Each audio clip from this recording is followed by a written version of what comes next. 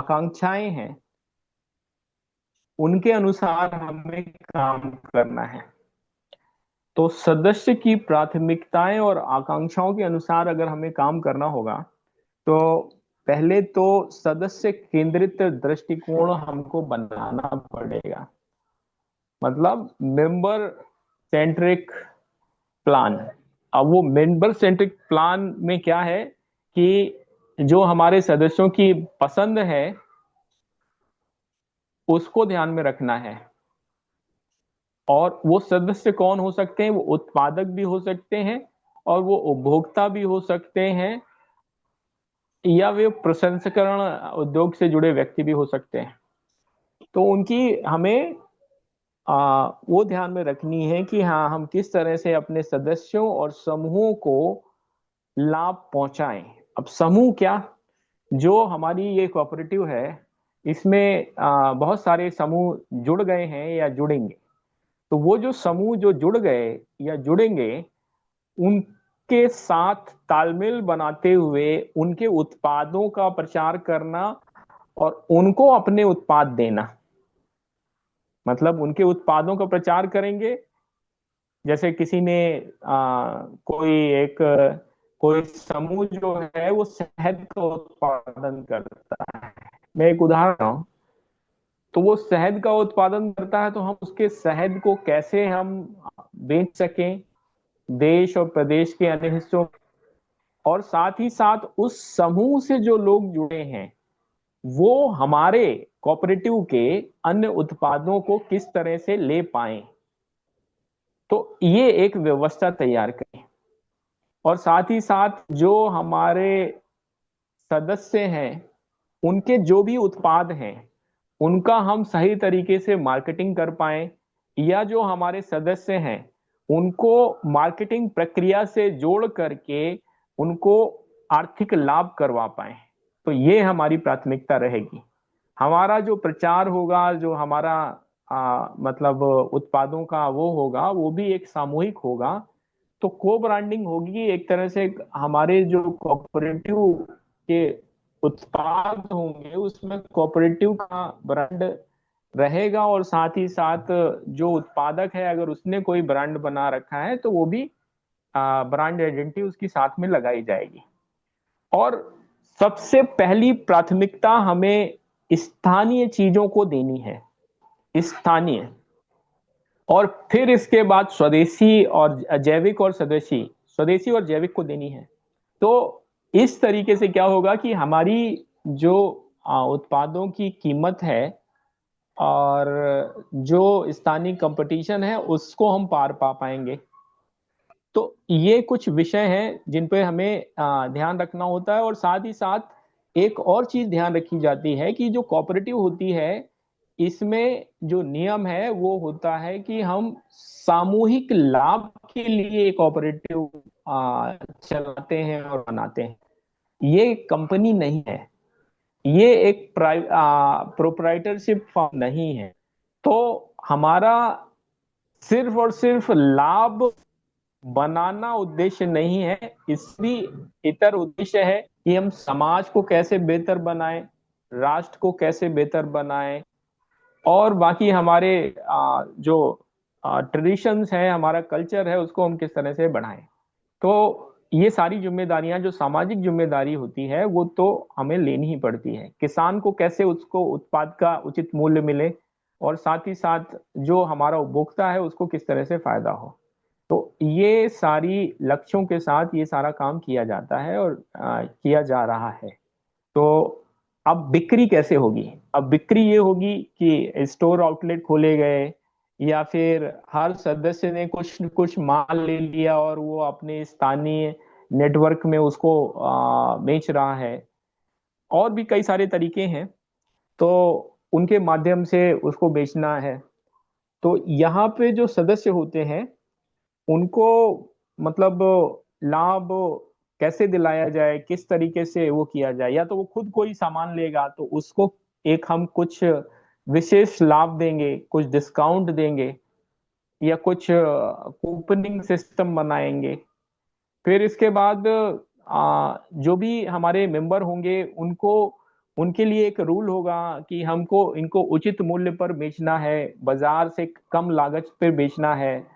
फिर इसके बाद जो सदस्य हमारी मार्केटिंग में लगे हुए हैं, उनको भी इसी तरह का सिस्टम दिया जाएगा कि उनको अगर वो किसी मतलब एक निश्चित सीमा के भीतर उसका बिक्री करवाते हैं, मार्केटिंग करते हैं, तो उनको उसी रेशियो में, उसी अनुपात में उनको लाभांश वितरण होगा, उनको कमीशन मिलेगा, बोनस मिलेगा, और बाकी चीजें उनको बाकी फायदे मिलेंगे।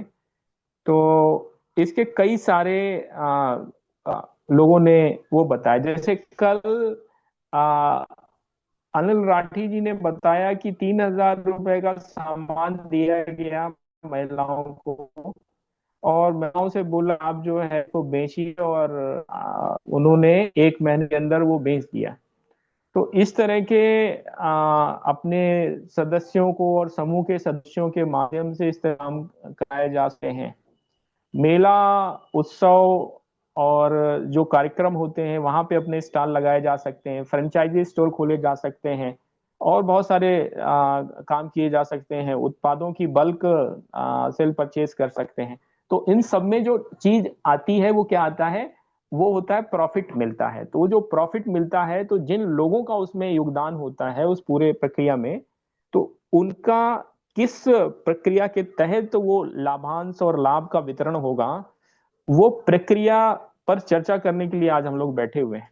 तो वो लाभांश कैसे बांटा जाएगा, वो कमीशन कैसे बांटा जाएगा, कैसे उनके कार्य का समीक्षा होगी, कैसे उन्होंने कितना भागीदारी किया है, कितना मार्केट और सेल्स करवाया है, या फिर और किस तरह से योगदान किया है, ये सारी प्रक्रिया को समझने के लिए और चर्चा करने के लिए आज हम लोग यहाँ पे बातचीत कर रहे हैं। तो मैंने आपको मोटा मोटा इसका एक स्वरूप बता दिया। अब ये लाभांश वितरण या प्रॉफिट डिस्ट्रीब्यूशन मैकेनिज्म या लाभ वितरण प्रक्रिया कैसे बनाया जाए, किस तरीके से इसको चलाया जाए, इसमें सभी सदस्यों के विचार, अनुभव और जो उनके वो हैं, वो आमंत्रित हम करते हैं और चर्चा को शुरुआत करते हैं। तो सबसे पहले मैं जो हमारे यहाँ पे साथी जुड़े हुए हैं, तो उन्हीं में से आमंत्रित करूंगा, बारी बारी से अपने बात को रखें। यहाँ पे कई सारे साथी जुड़े हुए हैं। अभी क्योंकि महाराष्ट्र की एक मीटिंग चल रही है नागपुर में, तो उसकी वजह से कुछ हमारे महाराष्ट्र के साथी जुड़ नहीं पाए हैं, लेकिन बाकी साथी अपने विचार रख सकते हैं। आ, गांधी जी से हम शुरू करेंगे। गांधी जी का क्योंकि इस पे बड़ा लंबा चौड़ा अनुभव है, कैसे हम इसको प्रॉफिट डिस्ट्रीब्यूशन सिस्टम को अपनी कोऑपरेटिव में डालें, ताकि ऊपर से नीचे तक ये एक पारदर्शी एक सिस्टम की तरह काम करे और सभी को पता रहे कि किसका क्या कंट्रीब्यूशन कहाँ पे रहा है। गांधी जी, नंद किशोर गांधी जी। जी, धन्यवाद। आ, धन्यवाद। बढ़िया है, स्ट्रक्चर बहुत अच्छा है। हम हमें एक ही ख्याल रखना है, सहकारिता के अंतर्गत सी एंड एफ जिस तरह से काम करता है, केयरिंग एंड फॉरवर्ड एजेंट के जैसा इस तरह से काम करना है। और मेरे दिमाग में एक और चीज है कि जिस तरह से हम किसी को फ्रेंचाइजी देते हैं, कोई भी कंपनी को, तो क्या होता है कि हम एक प्लेटफॉर्म दे रहे हैं सामने वाले को आउटलेट के लिए, और उसी में से वो कमाता है। तो उसका एक कुछ डिपॉजिट रहता है, वो हमें कम से कम लेके, वो डिपॉजिट अगर लेते हैं तो हमारे ही प्रोडक्ट वो सेल आउट करे। एक उसके अंदर एक बाकायदा एमओयू होना चाहिए। तो उससे क्या हो जाएगा, सहकारी संस्था के पास में कुछ डिपॉजिट रहेगा, वो डिपॉजिट के माध्यम से भी कैरी एंड फॉरवर्ड का काम करते रहेगा। और कैरी और जो जो प्रोडक्ट बना रहे हैं और वो वहां पे दे रहे हैं, उनसे भी कुछ अमाउंट एक वहां पे जमा रहना चाहिए। एक प्रोडक्ट है तो समथिंग इतना, 5,000 रुपए या समथिंग 10,000, इस तरह से अगर करते हैं ना, तो हमारे पास एक फंड जनरेट होगा, कार्पस फंड तैयार होगा, और उसी के माध्यम से हम पूरा टर्नओवर तैयार कर सकते हैं। और जो शॉपी जो चलाता है, उनको भी एक पर्टिकुलर बैठे बैठे उनको नंबर ऑफ प्रोडक्ट्स मिल जाएंगे और प्रॉफिटेबिलिटी भी उनके माध्यम से बढ़ती रहेगी। ये दो चीज। और तीसरा कि हम सहकारी संस्था के माध्यम से जो चला रहे, जो कमीशन का जो विषय है, जैसे फार्मा में मैंने काम किया है, होलसेल में भी काम किया है, रिटेल में भी काम किया है। तो मुझे मालूम है शेड्यूल एच जो ड्रग्स रहता अलग है, सेविंग ड्रग्स अलग है, इसकी अलग अलग अलग तरह से एक मार्जिन रहती है। तो हमें एक निर्धारित करना चाहिए, जैसे गेहूं है, गेहूं से बनी हुई कौन सी चीज है जिससे हम पर्टिकुलर उतना रेट हम कोड कर सके, जो पूरा साल भर चल सके, या 6 महीने का वो रेट, उसमें कम ज्यादा नहीं होना चाहिए। ये सिस्टम से अगर हम काम करते रहे ना, तो बहुत अच्छे से काम होगा। हमें कितना क्वांटिटी लगेगा ये भी जो शॉपी के जो चला रहे, जो जिसके माध्यम से यमो किया है, वो भी हमें पता चलेगा। इस तरह से ये काम बढ़ता जाएगा, और ये जो शॉपी चलाएंगे, ये फल और फ्रूट जहाँ पे लोकल के इसमें जो काश्तकार रहेंगे, ये भी उनको मदद करेंगे, ताकि काश्तकार भी जुड़ेंगे, कस्टमर भी जुड़ेंगे, सहकारिता का नाम भी होगा, C&F के माध्यम से जिस तरह से कैरी फॉरवर्ड का काम रहेगा, और हमें इन्वेस्टमेंट नहीं करना पड़ेगा क्योंकि हमारा ये फाइनेंशियल इंस्टीट्यूशन नहीं है। हमें सहकारिता के माध्यम से ही ये काम बढ़ाते रहेंगे और प्रॉफिटेबिलिटी बढ़ सकती है, ऐसा मेरा मानना है। जी। तो ये तो एक CNF मॉडल पे आपने बात रखी, इसी का MLM नेटवर्क मार्केटिंग मॉडल पे भी आप बताइए। हाँ, तो एक LM के माध्यम से, कि जैसे फॉर एग्जांपल किसकी दो शॉपी है, ये A और B ग्रुप तैयार करना पड़ता है, जिसमें LMM के माध्यम से जो तैयार रहते, एक चेन सिस्टम बोलते हैं, इसी इसी के बारे में बात करूँ ना। जी जी हाँ, तो A और B जी। ग्रुप ये रहना चाहिए। जिस तरह से कोई काम नहीं कर रहा है, कोई जैसे मेंबर, जैसे फॉर एग्जांपल अमरावती है, और मैं कोई सक्षम नहीं हूँ, और मैं काम ही नहीं कर रहा हूँ, तो हमारा वो बाकायदा काउंट होगा। उसको बोलते PO, जो भी है उसका जो आएगा वो हमें निर्धारित करना पड़ेगा। उसका शेड्यूल, जैसे जो दौड़ेगा उसको प्रॉफिटेबिलिटी बढ़ती रहेंगी, इस तरह से वो शेड्यूल हम्म करना पड़ेगा। तो उसके लिए अलग अलग हम्म प्रोडक्ट्स के साथ में उसको ये डालना पड़ेगा कि इसकी ये मार्जिन है, इसका ये PO है, और इसका इतना प्रॉफिटेबिलिटी है, और ये उसको इतना परसेंटेज जाएगा, ताकि वो दौड़ेगा। कंपनी को भी यानी मीन्स अपने सहकारिता को भी अपने दो पैसा मिलेगा, 2.5%, 3%, 2%, जो भी अपने को, क्योंकि टर्नओवर बहुत बड़ा होने वाला है, तो हमें 2% हम्म। भी सब बहुत बड़ा हो जाएगा। क्योंकि जैसे जैसे बढ़ेगा ना, तो टर्नओवर बढ़ेगा, और इस तरह से काम चलता रहेगा। तो उसका हमें एक निर्धारण करना पड़ेगा, पर्टिकुलर प्रोडक्ट्स, पर्टिकुलर क्वांटिटी, इस तरह से वो सब चलता रहे। और दूसरी सबसे बड़ी ये बात रहना पड़ेगा कि हम ये अगर चेन सिस्टम से माध्यम से अब चला रहे, तो प्रोडक्ट शॉर्ट नहीं होना चाहिए। जो भी प्रोडक्ट सप्लाई करता उसकी जिम्मेदारी रहेगी। भी अभी ये शॉर्ट हो रहा है, नथिंग, उसका ये काम रहेगा कि ये पूरी की तरह सहकारिता के माध्यम से ये करेगा। सिर्फ इतना है कि उसको टाइम पीरियड देना पड़ेगा, क्योंकि एक हमें एक MOU इनके साथ में भी करना पड़ेगा। जो भी ट्रांसपोर्टेशन है, जैसे VRL है, आरको रोडवेज है, जो बड़े बड़े जो पूरे ऑल ओवर इंडिया में, MP, UP, छत्तीसगढ़ सब जगह, महाराष्ट्र है ही, इस तरह से भी हमें वो उनके साथ में टाइप करना पड़ेगा, ताकि रेट भी जो ट्रांसपोर्टेशन का है वो भी कम हो, और प्रॉफिटेबिलिटी अपनी बढ़े, ताकि वो अच्छे से सेल आउट कर सके। इस तरह से भी हमें काम करना पड़ेगा, तीनों बिंदु के ऊपर काम करे। तो बट नेचुरल है कि जैसे ही GST आ जाता है, क्योंकि GST के बगैर हम ज्यादा अभी काम नहीं कर सकते। जैसे ही GST आ जाएगा हमारा सहकारी संस्था का, तो वो काम बढ़ेगा। और जो भी प्रोडक्ट सेल करेंगे, सभी के लिए ये मेरी विनंती रहेगी, उन्होंने GST नंबर पहले से ही निकालना चाहिए। चाहे उसका टर्नओवर 40 लाख का हो या ना हो, अगर आपको सप्लाई करना है अदर स्टेट में, तो आपको GST बहुत जरूरी है, मैंडेटरी। नहीं तो पैन कार्ड का वो नंबर उसको अटैच करना पड़ता है, और वो पैन कार्ड के माध्यम से चलेगा, तो वो उसका टैक्सेशन लगेगा ज्यादा, और GST आपका सेटअप मिलेगा। तो इसके लिए GST निकालना जरूरी है। सभी से मेरी विनंती है, जो सप्लाई करेंगे उनके लिए भी, और जो माल लेंगे उनके लिए भी, जो शॉपी रहेंगी उसके हिसाब से। जी। तो GST का जो आपने बताया, और GST नहीं है अगर छोटा अमाउंट है या छोटी उनका सेटअप है, तो पैन कार्ड बताया।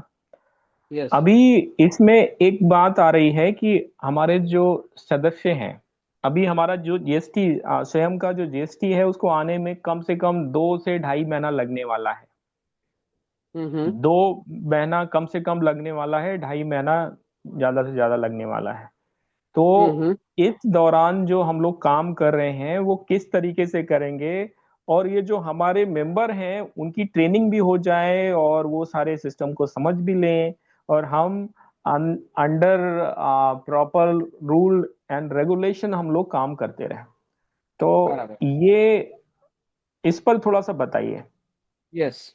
तो देखिए, आपने दो चीजें बोली, एक तो ट्रेनिंग की, ये मस्ट है। हम्म, इसके लिए ट्रेनिंग बार बार हमें रखना पड़ेगा, प्रोग्राम करना पड़ेगा, ट्रेनिंग के ऊपर वर्क करेंगे तो काम आगे बढ़ेगा।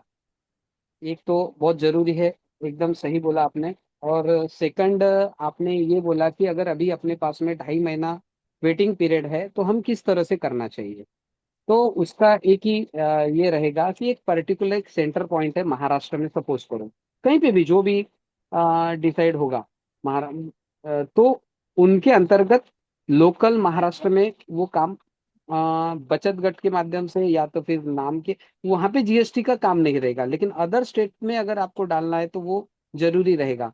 तो उसके लिए क्या करना पड़ेगा कि जितने हम राज्यों में काम कर रहे हैं, वो राज्य टू राज्य हमें काम करना पड़ेगा। 120 इस तरह से काम करना पड़ेगा, स्टेट स्टेट। अभी अदर स्टेट में अगर भेजेंगे तो वो जीएसटी लगेगा। तो वो हमें ख्याल रखना पड़ेगा। क्योंकि या तो फिर पैन के माध्यम से एक मेंबर का उस तरह से लेना पड़ेगा, परचेस करना पड़ेगा, इस तरह से वो होगा। तो वो उससे बेटर वे जो चलाएंगे शॉपिंग, वो उनकी रिस्क रहेगी।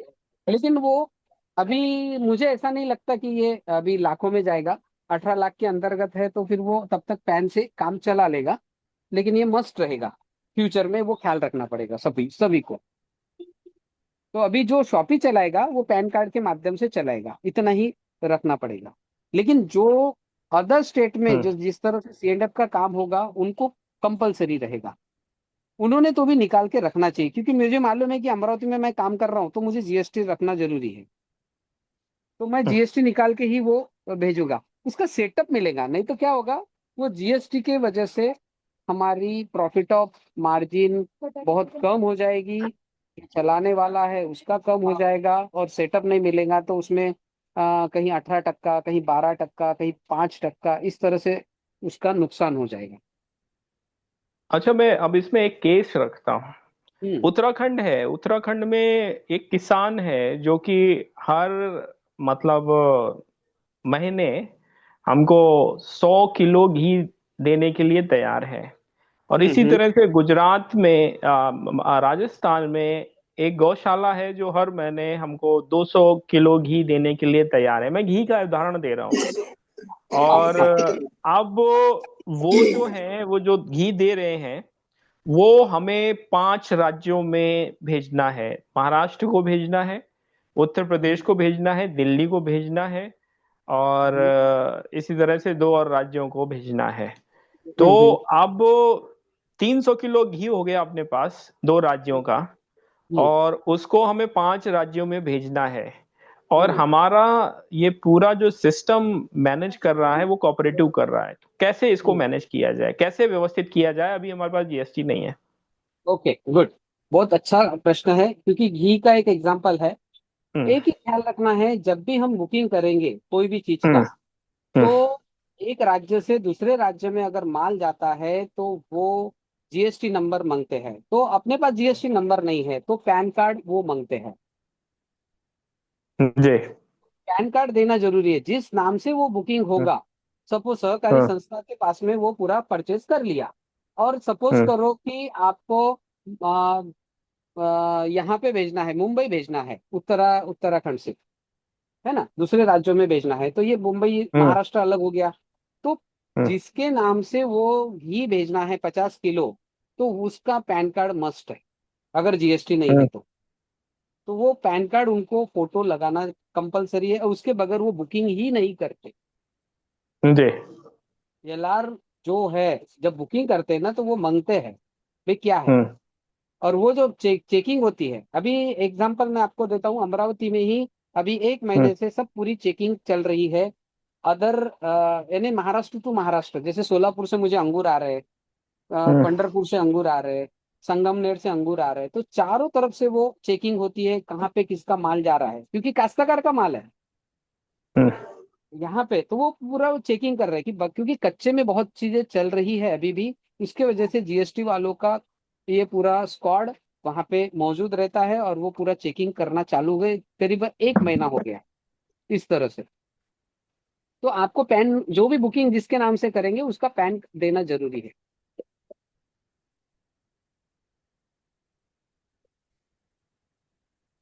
हाँ। अरे आपसे जीएसटी जब तक नहीं आता पैन पैन ही। अभिषेक जी, हाँ। हाँ। अभिषेक जी, बोलिए हेलो। बोलिए।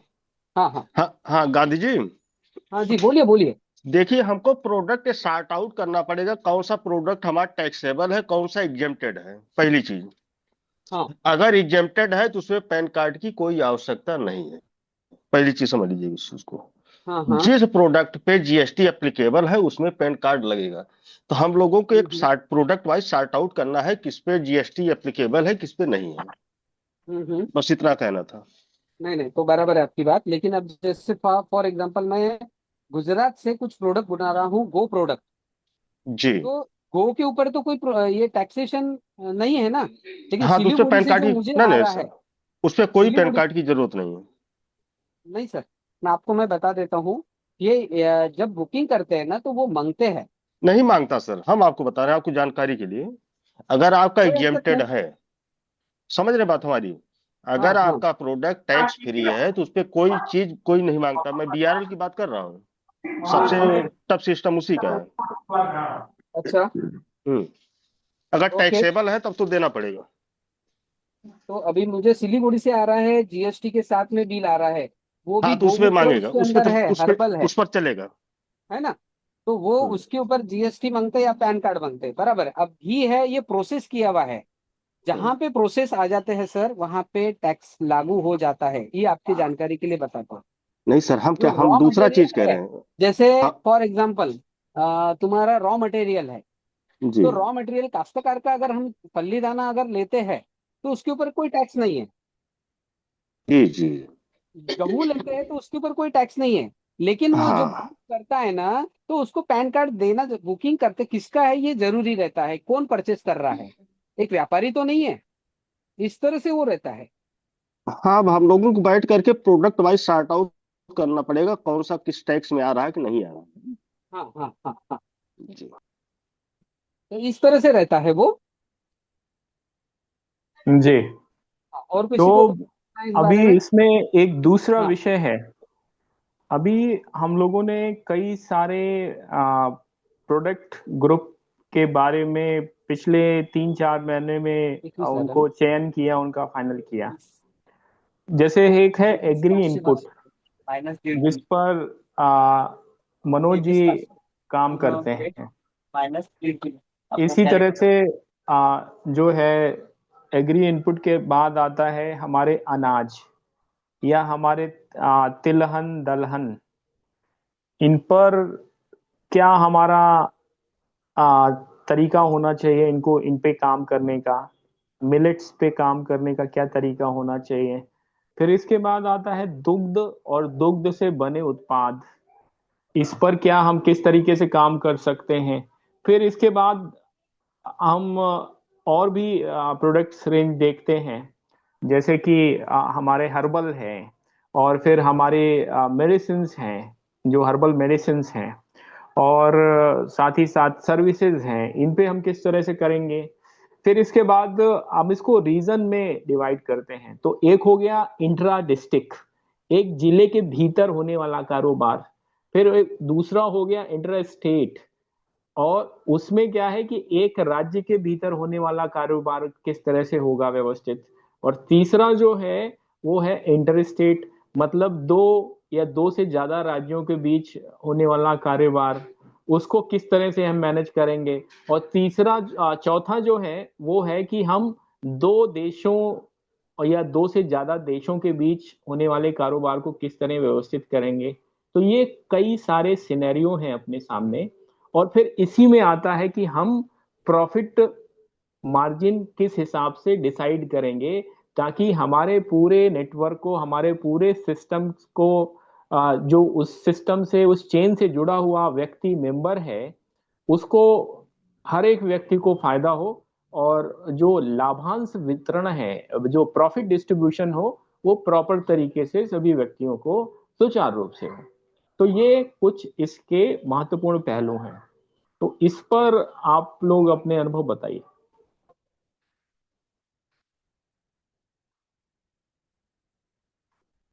कोई भी साथी, गांधी जी, जोकारे साहब, कोई भी, सुभाष नलंगे जी, शशिकांत जैन जी। बाकी हाँ, सबकी राय नमस्कार लीजिए। नमस्कार हाँ, नमस्कार। आज नमस्कार। जो नंदकिशोर गांधी जी ने मुद्दा उठाया, तो ये बहुत महत्वपूर्ण है, लेकिन बहुत सारी चीजें हैं कि उसमें से रास्ता का निकालना आसान है। और मेरी भी एक कंपनी है, नलांगे रिच एग्रो एक्सपोर्ट कंपनी। इसमें जीएसटी का नंबर भी है, और जीएसटी के ट्रांजैक्शन भी होते हैं। और बिना जीएसटी के ट्रांजैक्शन कब से ज्यादा होते मेरे 10-10 लाख के जो ट्रांजैक्शन है बिना जीएसटी के।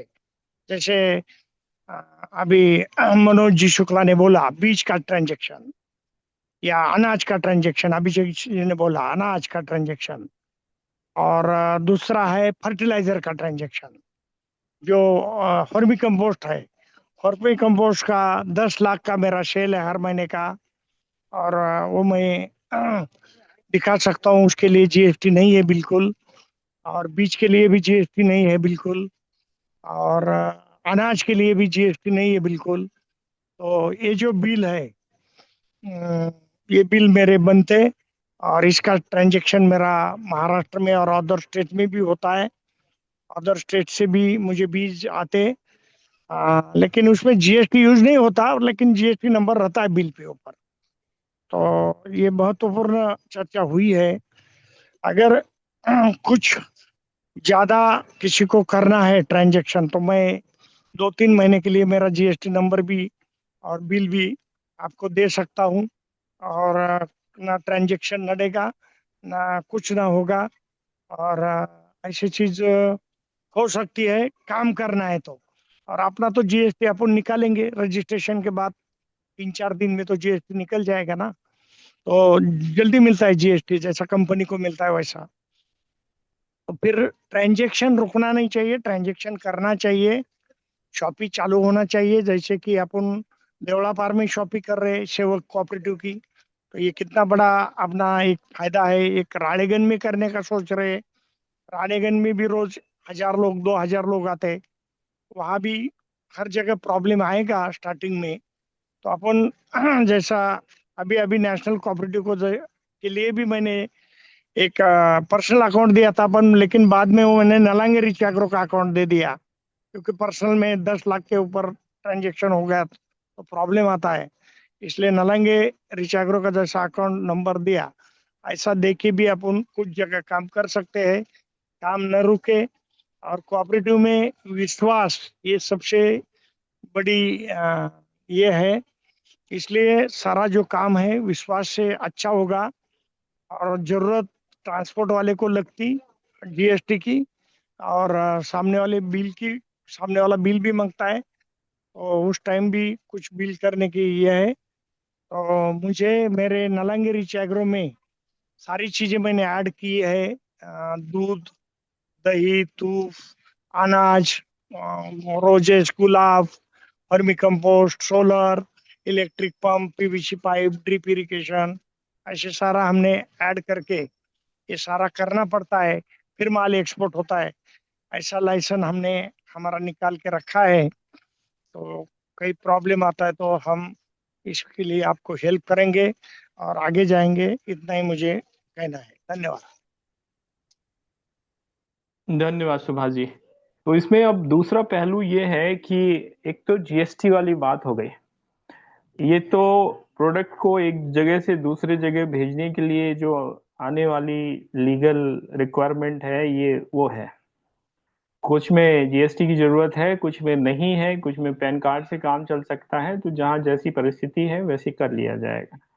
फिर intra district, inter district, inter state, inter state और इंटर कंट्री, ये जो कारोबार है उसके लिए क्या हमारे प्रोसीजर रहेंगे, किस तरीके से हम एक जिले के भीतर ही कोऑपरेटिव के माध्यम से कारोबार कर लेंगे।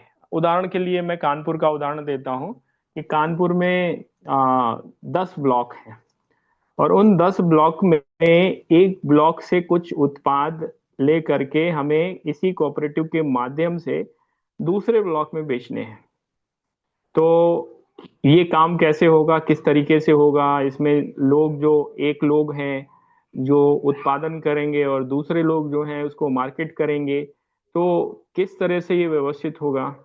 और इसी तरह से एक जिले की ये बात थी, इसी तरह से एक राज्य की बात हो जाए कि नागपुर से और पुणे के बीच में हमें कुछ प्रोडक्ट को वो करना है, तो उसके लिए क्या सिस्टम बनेगा, कैसे सिस्टम काम करेगा।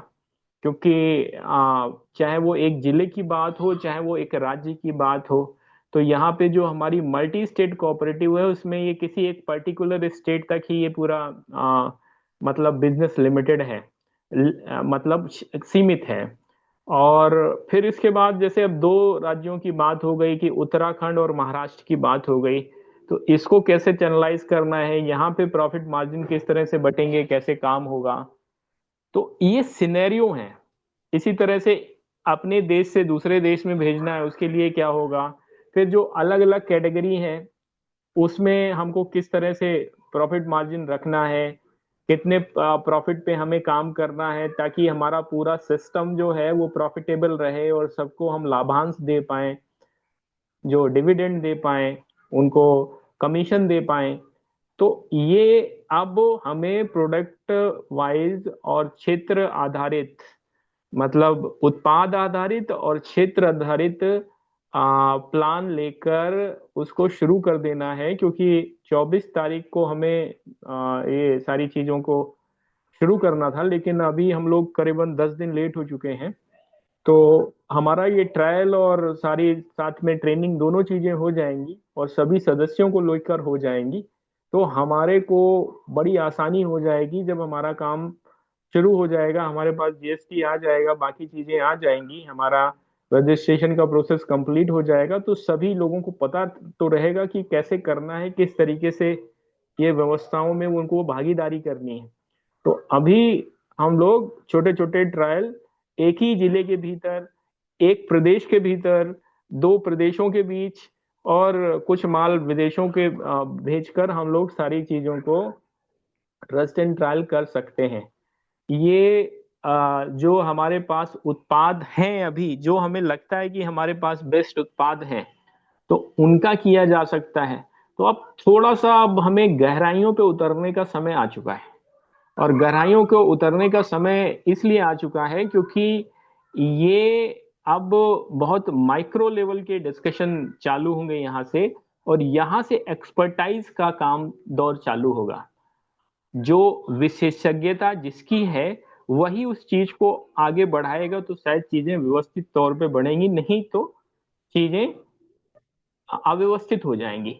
तो अभी हम उस पे थोड़ा सा ध्यान पूर्वक चर्चा करते हैं। और सभी से बार बार अनुरोध है कि अब इन ट्रेनिंग प्रोग्राम में, क्योंकि ये ट्रेनिंग हो रही है, सभी हम एक दूसरे से सीख रहे हैं, जो जिसको मालूम है उसको वो बता रहा है और उसको अपने प्रोसेसेस और अपने सिस्टम में डाल करके, और उस आधार पर ये काम और ये प्रक्रिया जमीन पे उतारने की कवायद शुरू हो चुकी है। तो एक तो रेगुलर रहें सभी लोग और विचार का आदान प्रदान करें, सुनते रहें, समझते रहें और उस हिसाब से उन चीजों पर जमीन पे भी उतारने का अमल करते रहें। तो अब मैं आग्रह करूंगा कि एक और हम सिनेरियो बताते हैं, क्योंकि केस स्टडी पैटर्न में थोड़ा सा समझने में आसानी होती है। जैसे मान लिया कि नागपुर से कुछ आइटम हमें कानपुर मंगाना है, थोड़ा सा एंड टू एंड समझते हैं। तो नागपुर से कानपुर मंगाना है और 2 तरह के आइटम हैं। एक हमें संतरा मंगाना है और एक हमें मंगाना है जो हमारे घनश्याम मूनगा जी का प्रोडक्ट मंगाना है। तो सुभाष जी और गांधी जी ये पूरा सिस्टम एक समझाएं कि किस तरीके से ये पूरा सिस्टम काम करेगा।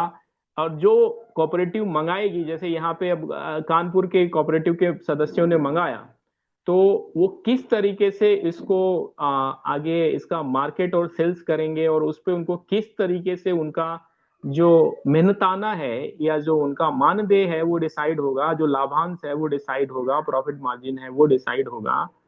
और किस तरीके से जिन सदस्यों ने भेजा है, संतरा भेजा है, या जिन्होंने मतलब घनश्याम मुंदड़ा जी ने भेजा है, तो उनका प्रॉफिट मार्जिन किस तरह से डिसाइड होगा, क्या रोल रहेगा कोऑपरेटिव को कितना मिलेगा, और स्टेट के जो मेंबर हैं या स्टेट की टीम है उसको किस तरह से इसका बेनिफिट होगा।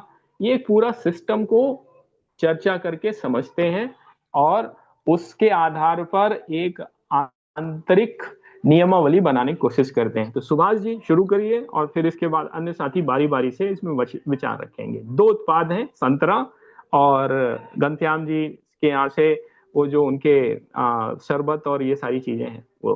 तो ये है सुभाष जी, कैसे होगा ये?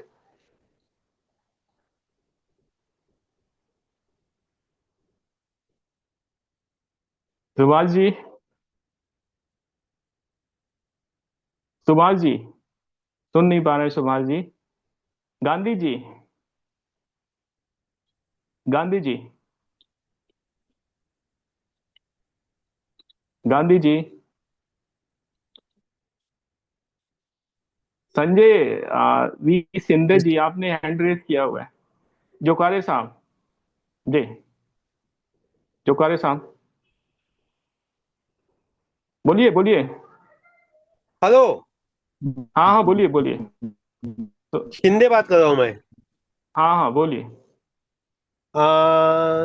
जो हमारे दोस्त नंद कुमार गांधी जी ने जो बताया है, क्या हम्म C&F एजेंट समान हम्म अपनी संस्था ने काम करने को होना है ना, हम्म जस्ट लाइक हम्म हम्म C&F एजेंट। और C&F एजेंट यानी सेवक पूरा माल परचेस करेंगी, जो भी लगता है वो माल परचेस करेंगी। और जो भी हम्म शॉपी अपनी खुली है, जहां जहां अपनी शॉपी खुलेंगी, वहां सेवक के तरफ से ही माल जाएगा, हम्म। ऐसा। मैं थोड़ा सा इसको और वो विस्तार देता हूँ। देखिए, शॉपी एक ऑप्शन है। इसके हाँ अलावा भी हम लोग तरीके अपना सकते हैं जिसे बोलते हैं नेटवर्क मार्केटिंग, चेन मार्केटिंग या हाँ MLM हाँ माध्यम से। उसमें क्या रहता है कि हमारी जो शॉपी की कॉस्ट होती है, क्योंकि शॉपी को रन करना भी एक ऑपरेशनल कॉस्ट है। एक हाँ, एक बराबर है। शॉपी हाँ चलाना, उसमें एक आदमी फंस जाता है और हाँ। वहां पे कई खर्चे होते हैं, उसका रेंट होता है और उसका अदर मेंटेनेंस होती है। तो शॉपी रन करना एक अपने आप में बड़ा खर्चा है। तो हाँ शॉपी के अलावा भी हमें इस तरह के मॉडल रखने पड़ेंगे कि हमने अपने मेंबर को दे दिया कि भाई चल, तुझे मैं 3,000 का माल देता हूँ, और तीन हाँ हजार के माल पे जो बेचेगा तो उस पे आपको 3% का कमीशन मिलेगा। हाँ अब हाँ इसको 1 महीने का हम आपको पीरियड दे रहे हैं, 1 महीने में आप हाँ। बेच दो या खुद ही कंज्यूम कर लो। तो हम्म। इस तरीके से क्या होगा कि चीजें रोल होने लगेंगी। अच्छा, तो जस्ट लाइक आप अमेजोन टाइप बात कर रहे हैं। नहीं, देखिए, एक नहीं तो नहीं नहीं नहीं शिंदे साहब, हम्म, हाँ दूसरे का दाखला मत लो। हाँ। अमेजोन टाइप नहीं अपन कर रहे हैं, अपन दुनिया से अलग कर रहे हैं काम। अच्छा नहीं, अच्छा। देखिए देखिए। अमेजन टाइप भी रहेगा, लेकिन वो अभी नहीं हाँ रहेगा, धीरे धीरे बनेगा, वो भी बन रहा है, हाँ, वो भी उसको रहेगा, वो टाइम सारी चीजें लगेगा। रहेगी। हाँ, वो भी अच्छा बनेगा। हम्म, अच्छा। अच्छा अच्छा। हम्म। जी। अरे अभी नेटवर्किंग जो बोले ना आप, नेटवर्किंग तो देखिए, वैसे अगर संजय जी आपको विषय नहीं समझ में आया तो आप सुनिए, थोड़ा सा स्पष्ट हो जाएगा, अभी सुभाष जी बताएंगे। और अगर बताइए। आप कुछ बताना देखिए चाहते हैं तो बता दीजिए। हाँ देखिए मित्रों, ऐसा है, अभी अपन काम कर रहे हैं, 50 लोग महाराष्ट्र में हो गए, और 50 लोग ये अलग अलग डिस्ट्रिक्ट के हैं, और एक डिस्ट्रिक्ट के लोग नहीं है। और 50 लोगों से 5 लोग उत्पादक है अभी, जो माल बाजार में सेल होता है। और 45 लोग जो है, ये कोऑपरेटिव में इसलिए जुड़े कि कोऑपरेटिव के साथ अपन कुछ ना कुछ करें, अपने प्रदेश में, अपने डिस्ट्रिक्ट में, अपने ब्लॉक में, अपने वार्ड में, अपने गांव में। तो इसलिए अपन एक शॉपी का ऑप्शन ढूंढा है। और शॉपी ये कहाँ रहेगी, तो जो अपनी प्राइमरी एग्रीकल्चर कोऑपरेटिव रहेगी वही अपनी शॉपी रहेगी। जैसे अपन 160 गांव में देवलापार में काम कर रहे हैं, इसलिए देवलापार में शॉपी खोलने का निर्णय ले लिया सनत गुप्ता जी के साथ। और नारायण गांव में, ये नारायण गांव भी एक ग्राम पंचायत है, देवलापार भी एक ग्राम पंचायत है, तो वहां अपन शॉपी खोलने का काम किया है। और वहां काम करके अपने जो गांव है, अपना मेन लक्ष्य है गांव, ब्लॉक और वार्ड। तो हर वार्ड में अपने को काम करना है, हर गांव में काम करना है, और हर ब्लॉक में काम करना है। तो अपन क्या करेंगे, शॉपी के माध्यम से पहले लोगों को वहां बुला लेंगे, वहां सारी चीजें रखेंगे, वहां ड्रोन भी रहेगा, खाना भी रहेगा, यंत्र भी रहेंगे, फर्टिलाइजर भी रहेगा, तुअर का बीज भी रहेगा, पौधे भी रहेंगे, गाय का घी भी रहेगा। ये सारी चीजें शॉपी में रहेंगी, और शॉपी वाले का ही ये पूरा पैसा, और शॉपी का भाड़ा, शॉपी का मेंटेनेंस। और अपने जो 5-4 उत्पादक है, महाराष्ट्र से है या उत्तर प्रदेश से है, जो जो माल अपन अच्छा बोला है कि जो लोगों को लगता है, और 100 रुपए के ऊपर उसकी कॉस्ट है, क्योंकि उसमें सेल करने में भी फायदा होना चाहिए। क्योंकि शॉपी भी कोई अच्छी बनाना पड़ेगा, वो कोई थोड़ा टपरी टुपरी डाल के ऐसा छोटा नहीं बनाएगा, उसमें पैसा लगेगा। इसलिए अपन शॉपी का ऑप्शन दिया है, लेकिन वो दिया है ब्लॉक लेवल, गांव लेवल तक। ये कोई सिटी में अपन नहीं दे रहे। और ओके वहां ओके। माल भेजकर, और वहां से उत्पादन भी परचेज करेगी शॉपी, और वो माल अच्छा ब्लॉक में आएगा, डिस्ट्रिक्ट में आएगा। ये अपना शॉपी का ऑप्शन है। शॉपी यानी अपन बाकी लोगों जैसे नागपुर में, पुणे में, मुंबई में नहीं खोलेंगे। पुणे है तो पुणे के वार्ड में खोलेंगे, जो वार्ड रहता है इलेक्शन का। और ब्लॉक जिले में खोलेंगे तो अपन ब्लॉक में या गांव में खोलेंगे, कि जहाँ से उत्पादन ये चीज जमा होता है। कुछ गांव ब्लॉक के भी लग के होते हैं। उत्पादन अपने को गांव से मिलता है, डिस्ट्रिक्ट से या बड़े शहरों से नहीं मिलता। और बड़े शहरों में जो उत्पादन एमआईडीसी में होता है, वो उत्पादन अपने को गांव तक पहुंचना है, गांव के लोगों को डायरेक्ट सस्ते में देना है अपने को। इसलिए उनको अपन डायरेक्ट शॉप ही देंगे। और इसके ऊपर नेशनल कोऑपरेटिव ध्यान देगी, अपने ये 50 लोग भी ध्यान देंगे, नेशनल कोऑपरेटिव की कमेटी भी ध्यान देगी। और सारे निर्णय अपने को एक दूसरे को विश्वास में लेके करना है। शॉपी वाला अपने को कुछ नहीं देगा, जो उत्पादन करता है वो उत्पादक करने वाला, वो नेशनल कोऑपरेटिव को पैसे देगा, और शॉपी वाले को भी डिस्ट्रीब्यूटर की फैसिलिटी देगा, और अपने ओके। माध्यम से वो बिजनेस चलेगा। आज भी अच्छा तय हो बहुत गया। हाँ, ऐसा तय हो गया। धन्यवाद। बहुत बढ़िया, बहुत बढ़िया, बहुत बढ़िया।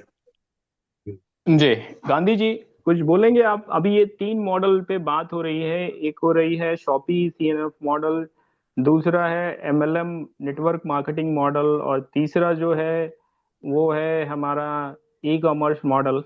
इसके अलावा भी और कई सारे मॉडल हैं। तो इनके माध्यम से किस तरह से हम अपने उत्पाद और सेवाओं की मार्केटिंग और बिक्री करेंगे, और उसमें कमीशन का पैटर्न क्या होगा, कैसे होगा?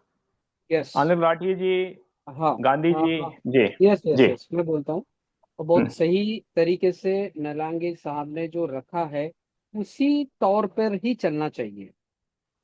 क्योंकि क्या होता है कि हम जो कंसंट्रेशन कर रहे हैं वो तालुका प्लेस के ऊपर, गांव के ऊपर करेंगे ना, तो हमारा जिस तरह से बाकी जो चल रहा है बाहर, आ, फल फ्रूट किसके हाथ में है, अनाज किसके हाथ में है, सब्जियां किसके हाथ में है, तो ये हमारे हाथ में आएगा धीरे धीरे। इस तरह से ये एक पहला कदम रहेगा हमारे लिए। ये बहुत अच्छी चीज है जो नलांगे साहब ने ये रखा है। क्योंकि हमारा कंसंट्रेशन जो उत्पाद कर रहा है, काश्तकार कर रहा है, और गांव में लोकल फॉर वोकल जो प्रोडक्ट के ऊपर प्रोसेस कर रहा है, उसके ऊपर होना चाहिए। इस तरह से रहेगा तीसरा, जिस तरह से आपने बताया कि इसमें मार्जिन क्या रहना चाहिए, जो उत्पादक है, जो प्रोसेस है, जो कर रहा है, वो माल लेगा उत्पादक से, काश्तकार से, वहां के वहां पे वो एक चेन निर्माण होगी।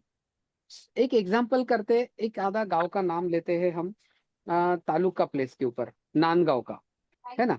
तो नांदगांव में वहां पे एक बढ़िया काश्तकार है जो जैविक उत्पादन कर रहा है खेती में, और उसी का माल वो लेके वहां पे, अगर किस तरह से यंत्रणा हमारी बचत गढ़ बोलो, ये इस तरह से जो भी हमारा कार्यकर्ता वहां पे है, या हमारा मेंबर है सहकारिता का, वो पूरा संभाल रहा है तालुका और बाकी सब, तो वहां पे उत्पादन हुआ, और वो उत्पादन बाकी इसमें जाएगा। जिस तरह से अभी बहुत अच्छा बताया कि भी मैं मेरा जीएसटी नंबर देता हूँ, और उसी के ऊपर से हम वो वर्कआउट करते, तो पूरा माल वहां पे जाएगा, और वहां से फिर पूरा डिस्ट्रीब्यूट होगा। अब वो डिस्ट्रीब्यूट होते समय क्या रहेगा कि जो उत्पाद वहां पे एक जगह केंद्रित हो रहा है, उनकी एक मार्जिन रहेगी पहली बार, वो जो कमीशन रहेगा वो रहेगा। उसके बाद में जहाँ पे हमें शॉपी बोलो या आउटलेट बोलो, या फिर हमारा एक सहकारिता का एक जगह बोलो, वहां पे जाएगा, उसको एक अलग से मार्जिन रहेंगी, वो रहेगी, सपोज करो 20 से 25% वो मार्जिन रखना चाहिए, ताकि वो सस्टेन हो। क्योंकि उसको पूरा खर्चा रहेगा शॉपी चलाने का, आदमी का, मेंबर का, उसके बाद में जो भी टैक्सेशन का है, जो भी है, वो उसकी लाइबिलिटी रहेगी। वो दोबारा नहीं भागेगा, वो सिर्फ माल मांगेगा, और वो बोलेगा कि बाकी कंपनी वाले हमारे को 15% दे रहे हैं, 10% दे रहे हैं, 20% दे रहे हैं, तो इसका एक स्ट्रक्चर रहेगा हमारा, और वो स्ट्रक्चर के मुताबिक हम काम करेंगे। लेकिन सीएनडीएफ वाला जो रहेगा, इस सीएनडीएफ बोले तो जहाँ पे केंद्रित रहेगा, वहां पे 5% रहेगा। जो शॉपी चलाएगा उसका 20% मार्जिन रहेगा, मार्जिन की हम बात कर रहे हैं तो। और जो उत्पाद कर रहा है तो वो उसको 5% अलग से हमारे जिसके नाम से बिल बन रहा है वो देगा, और वो प्रॉफिटेबिलिटी वो डिस्ट्रीब्यूट होगा हमारे सहकारी संस्था में। यानी इसमें सबको बराबर मिलेगा, और उसको एक जो प्रोडक्ट निर्माण कर रहा है उसको भी एक अपनी मार्जिन रहेगी, वो भी मिलेगा, लेकिन वो भी मार्जिन व्यवस्थित होना चाहिए। उसका प्रोडक्ट बहुत ज्यादा बड़े पैमाने पे, बड़े रेंज में भी नहीं रहना चाहिए कि भाई मेरा प्रोडक्ट चल रहा है तो भाई बहुत ज्यादा रेट बढ़ा के मैं दे दूं फिर इनको दे दूं, वैसा भी नहीं है। हमें क्वालिटी कंट्रोल और एमआरपी कंट्रोल, ये दोनों चीजें मद्देनजर रखते हुए काम करना है, ताकि वो सटीक बैठे और काम अच्छा हो।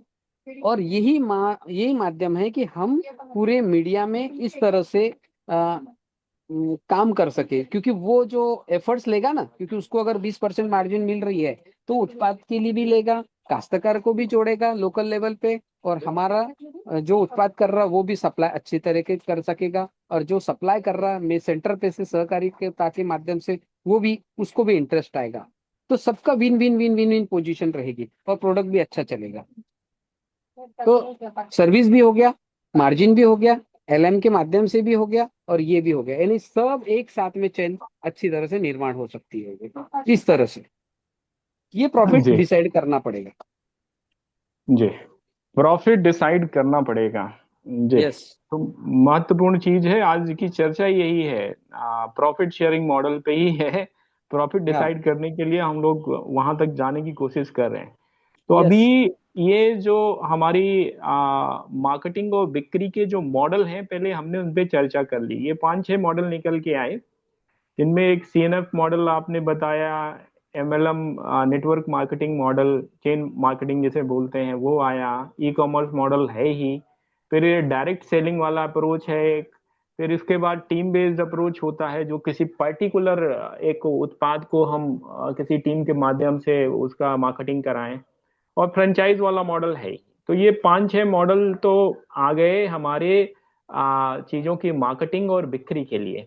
अब यहाँ पे प्रॉफिट शेयरिंग वाली बात आई, तो प्रॉफिट शेयरिंग के लिए जो अभी बातें हुई आपने रखा, कि पूरी चेन है, और इस चेन में क्या है, हमको सभी का ध्यान रखना है।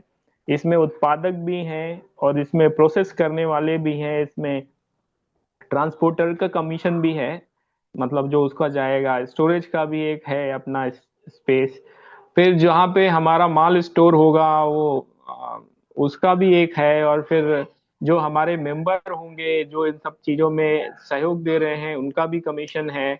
और फिर इसके बाद उपभोक्ता जो है जो उसको उपभोग करेगा उसको भी कुछ हमें डिस्काउंट या लॉयल्टी गिफ्ट रिवार्ड डिस्काउंट देना होगा।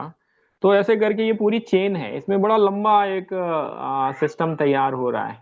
और क्योंकि हम कोऑपरेटिव पैटर्न में जा रहे हैं तो पहले हमें जो हमारे मार्केटिंग और बिक्री मॉडल हैं उन पर चर्चा करनी होगी कि हम कौन से मॉडल के तहत अपनी उत्पादों की बिक्री करें।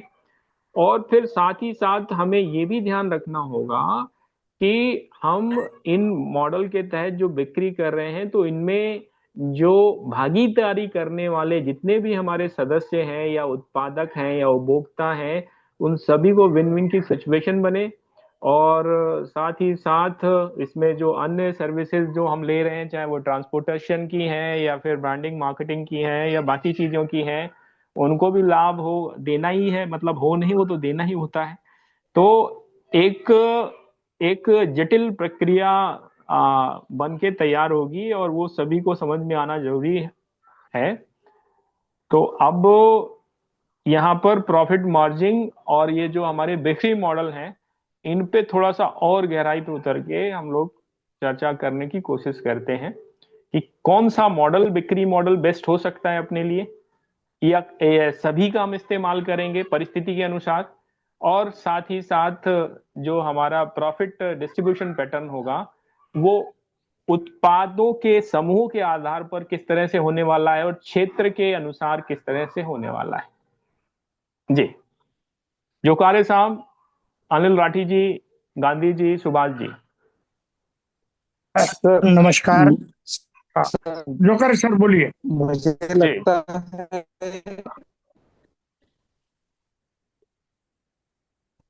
जोकारी साहब आपकी आवाज सर नहीं आ रही मुझे है। लगता है पहले अपन शुरुआत एक या दो प्लेटफॉर्म से ही किया तो बेहतर होगा। हम्म। सॉरी, जी जी पहले बोलिए बोलिए। शुरुआत में हम्म, अपन सिर्फ एक या दो सेट होने तक अपने को एक्सपीरियंस आ जाएगा। हम्म, माल कैसा आएगा, हम्म।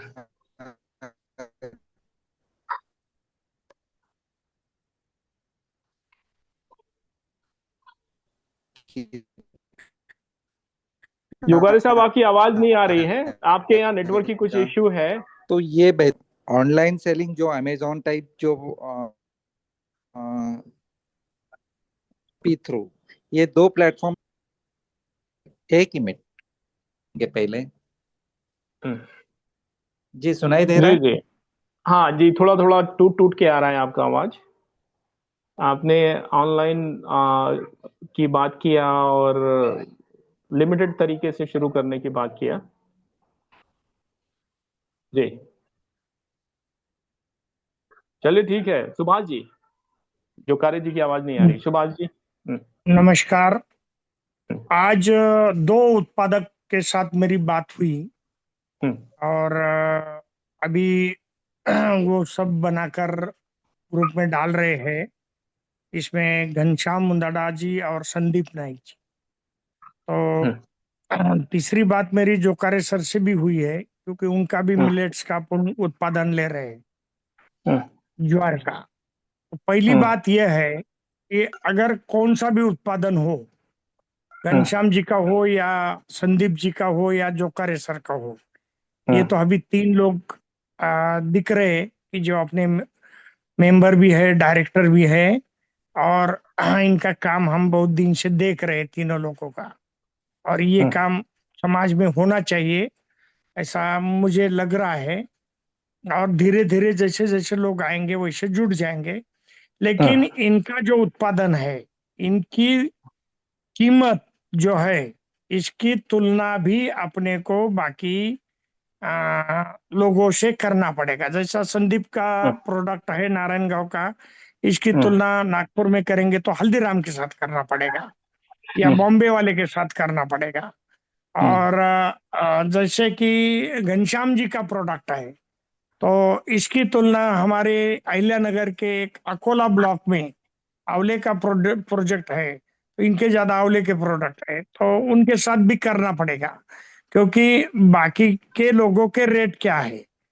जब लोग शॉपी में माल जाएगा और इन्होंने कर दिया प्राइस 200 रुपए, डिस्काउंट 25%, और बाहर तो इसका रेट कम है, तो शॉपी वाला अपना सेल नहीं करेगा। तो अपने को जो अपने लोग है, घनश्याम जी है या संदीप जी है, इन्होंने प्राइस भी अपने को सही देना चाहिए। और जैसे नंद किशोर जी बोले, 25% के ऊपर ही डिस्काउंट देना चाहिए। 5% डिस्ट्रीब्यूटर या C&F के लिए रखना चाहिए, और 5% अपने नेशनल कोऑपरेटिव के लिए रखना चाहिए, क्योंकि नेशनल कोऑपरेटिव के जो लोग हैं वो अलग अलग प्रदेश में, अपने अपने ब्लॉक में, अपने अपने जिले में, अपने अपने स्टेट में कोऑपरेटिव खोलने के लिए, शॉपी खोलने के लिए मदद करेंगे।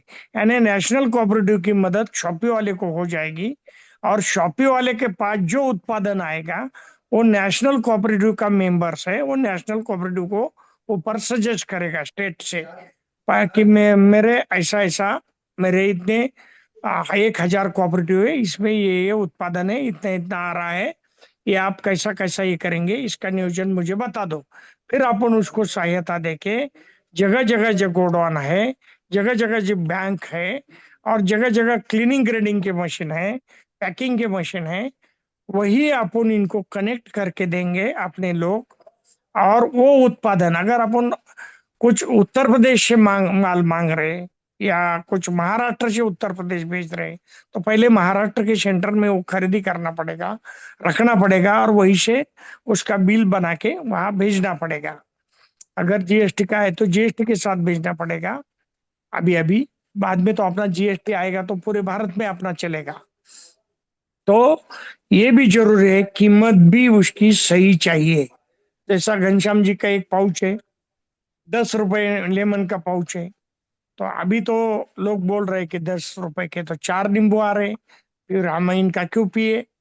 तो हमने इनको आज ही समझा दिया कि अभी जैसा नींबू सस्ता है तो नींबू का प्रचार मत करो, आंवला सस्ता है तो आंवले का प्रचार मत करो, और आंवले के टाइम मैंगो नहीं रहता तो मैंगो का प्रचार करो, लेमन के रेट बढ़ गए तो लेमन दे दो, ऑरेंज के रेट बढ़े तो ऑरेंज का दे दो। तो अभी उन्होंने, अभी हमारी मीटिंग हुई, और वो कल पूरे रेट फाइनल करके ग्रुप में सारे डालेंगे। और पूरे भारत में जहां जहां शॉपी है, वो लोगों ने भी देखना चाहिए कि इनके रेट बराबर है क्या, इनका डिस्काउंट स्ट्रक्चर बराबर है क्या। और इनको बोला है हमने कि 5% तो कम से कम कोऑपरेटिव को देना पड़ेगा। 5% जो चलाएगा वहां का C&F वाला, उसको देना पड़ेगा, या डिस्ट्रीब्यूटर, जैसे कि डिस्ट्रीब्यूटर हर जिले में रहेगा, या हर रीजन में रहेगा। 3 जिले में भी एक डिस्ट्रीब्यूटर रह सकता है, तो उसको 5% देना पड़ेगा अपने को, और अपने शॉपी वाले उनको कनेक्ट करके देना पड़ेगा। क्योंकि जब 3 जिले के बीच में माल नहीं जाएगा तो शॉपी वाले को ट्रांसपोर्टेशन का पैसा ये हो जाएगा, और ट्रक लोड नहीं होगा तो वो भी माल भेजने में आसान नहीं होगा। तो ऐसी बात थी। आज हमने इन दोनों को समझा दिया, और इनको बोला कि आप ये सारा लिख कर अपने पेपर पे, लेटर हेड पे, कल आप सारे इसमें 5 डायरेक्टर हमने बिठाए थे साथ साथ।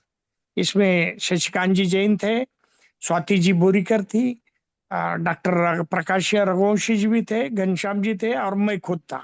ये सारी चीजें हमारे एक टेबल पे बैठ के आमने सामने हो गई, और उन्होंने बोला कि कल हम ये सारा आपको दे देंगे, और 19 तारीख को शॉपी खुल जाएगी देवड़ा पार में।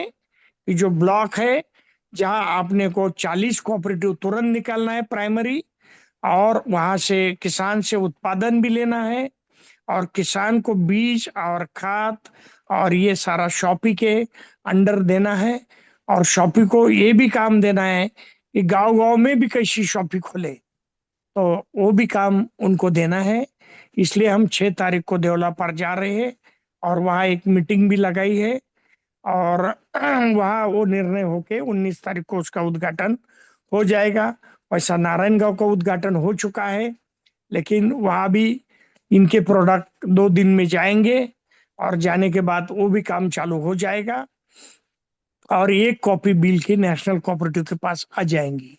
वो अपना जो जनरल बॉडी का जो ग्रुप है, अभी उसमें अपन जो लोग नहीं होंगे और जो लोग मीटिंग में नहीं होते उनको थोड़ा डिलीट मार के नए लोग ऐड करेंगे। आज मुझे लगता है 170-80 नहीं, लोग हैं। नालंगे जी, हमें क्या है ना, हम अपना काम करते रहें, और ठीक जो है। नहीं आ रहे हैं तो हम्म, उनको अभी हम ना छेड़ें। एक बार थोड़ा सा हमारा रजिस्ट्रेशन प्रक्रिया हो वाह, जाए, फिर इसके ठीक बाद है। हम लोग धीरे धीरे जिम्मेदारियां कम होती जाएंगी उनकी, और ठीक है, उसी कुछ हिसाब लोग से वो नए होता ऐड कर जाएगा। देंगे अपन। नए हाँ, लोग हम कुछ लोगों को ऐड देख करके देंगे। नए तो ऐड लगातार करना ही पड़ेगा।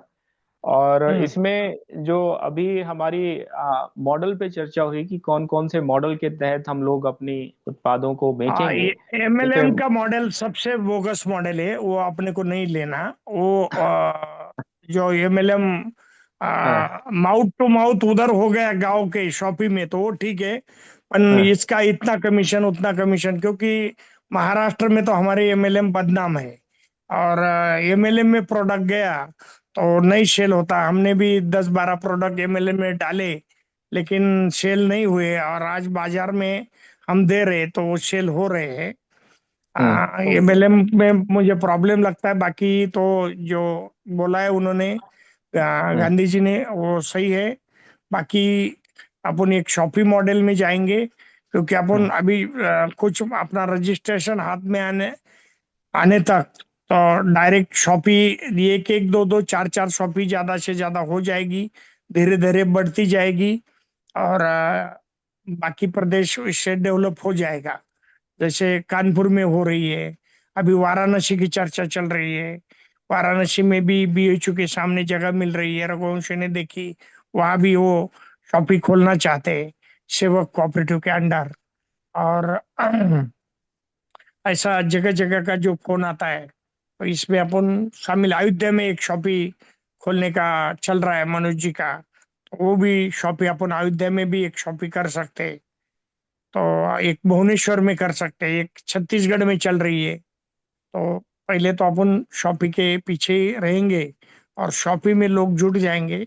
शॉपी के साथ लोग हम्म, आते, शॉपी में लोग बैठते, और प्राइमरी एग्रीकल्चर कोऑपरेटिव शॉपी ही निकाल सकती है ज्यादा से ज्यादा। धन्यवाद। जी जी। तो अन्य साथी इस पे जी आ, अपने विचार रखें। डेफिनेटली कुलदीप नेट कार्तिक। जी डेफिनेटली जी, बोलिए। नेटवर्किंग मैं सिस्टम फेल है, वो नहीं होना चाहिए। एक के ऊपर एक कमीशन वाला वो बिजनेस सक्सेस नहीं होता है। हम्म, ये ऑनलाइन मार्केटिंग एक अच्छा है, और शॉपी का ये दोनों से अपन शुरुआत किए तो अपने को बहुत सारा नॉलेज मिल जाएगा, एक्सपीरियंस आ जाएगा। उसके बाद अलग अलग मॉडल्स अपन एक्सप्लोर कर सकते हैं। नहीं, अभी ये जो शॉपी में मैं आपको चैलेंज बताता हूँ। शॉपी की ऑपरेटिंग कॉस्ट जो होती है वो काफी हाई होती है।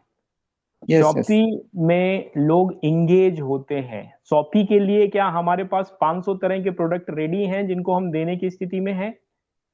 थोड़ा सा समझिए। एक शॉपी, अब पतंजलि की शॉपी हम ले लेते हैं। पतंजलि फ्रेंचाइजी देता है शॉपी की। तो पतंजलि के पास एक बहुत बड़ी प्रोडक्ट रेंज है, बहुत बड़ी, और उनके मार्जिन बहुत तगड़े हैं। उस मार्जिन पे वो खेलते हैं, क्योंकि जब हम जैसे जैसे हमारा साइज बड़ा होता है ना, वैसे वैसे हमारे ऑपरेशनल एक्सपेंसेस बढ़ते हैं।